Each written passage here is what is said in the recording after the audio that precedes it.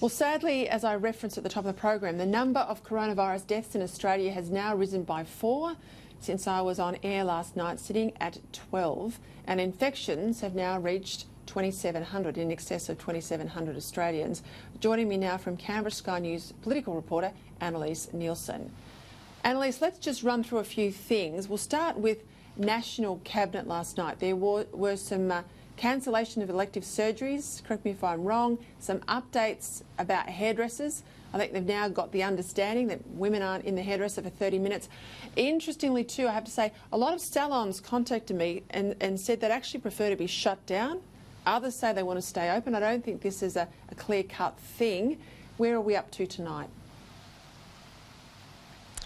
I appreciate the pun there. It's not clear-cut at all, Peter. Even the hairdressers I've been talking to today, my hairdressers shut down, and that was before the 30-minute restriction came in. They just said they couldn't cope with the constant changes, and they knew where it was heading, so they've shut it down. Another one has said that they were closing down and now open back up. That 30-minute restriction really was unusual. It was a topic of discussion, and it was really, it seems like, to put some kind of cap on it because there needed to be a cap. But as in any of these restrictions, there are unique circumstances in each one. And so they were saying with hairdressers, if there is enough space and if there is that right sterilisation, you can go for a longer period than, say, going to a beauty therapist or a makeup artist when they're right in your face for the whole treatment. So it does show just so many fine lines that the government's trying to tread. What we've heard from the Prime Minister consistently is he said he wants to protect people's livelihoods as well as protecting people's lives. And so that's why we've seen the exception too for personal fitness training, that those groups can be up to 10 if they're outdoors,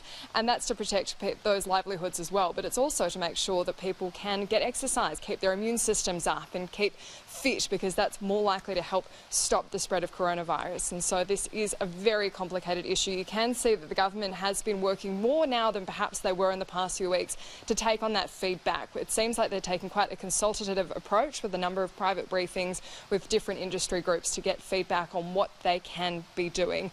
But it is key, like you said, these cabinet changes last night. You're right, the elective surgeries will be postponed. That's been welcomed by the medical community. They say that's not just to free up doctors, but also that personal protective equipment. That's even those elective surgeries, you use masks and gowns as well. And so that's one of the issues.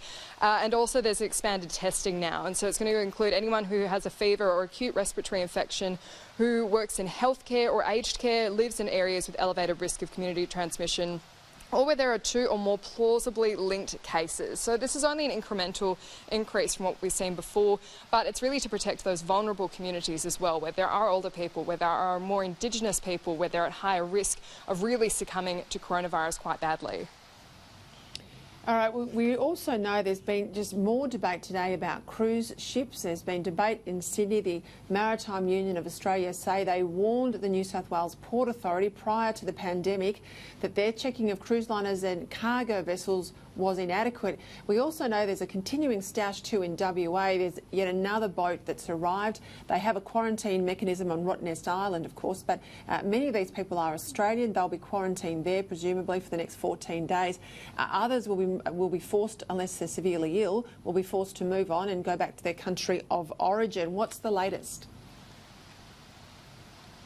Well, the pressure really has been on the WA Premier, but he's been really standing firm that they cannot take those people in. The pressure is going on Border Force as well, in particular around temperature screenings. Now, this is key both at cruise ships but also at airports, and that's something where many people have been asking why that hasn't been happening sooner. We've seen Border Force say this is up to the Department of Health and up to biosecurity officials because they can't be expected to police that.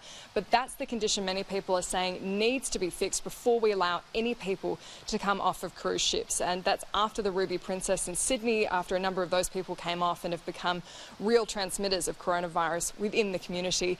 It does seem like there isn't any movement on that yet. New South Wales Health has reportedly ordered airports to then be testing for temperature screenings, but we haven't been able to confirm that with New South Wales Health. They say there's been no official confirmation of that yet. As for cruise ships, this will continue to be an issue, not just for those Australians who are on board them as tourists, but also the employees. There's thousands of employees right now stuck on cruise ships circling Australia at the moment, and there's been really little communication from these companies about what's going to happen to them. Of course, there's a real risk there too that they're not reporting any coronavirus cases that might be coming up if they're not tracking them.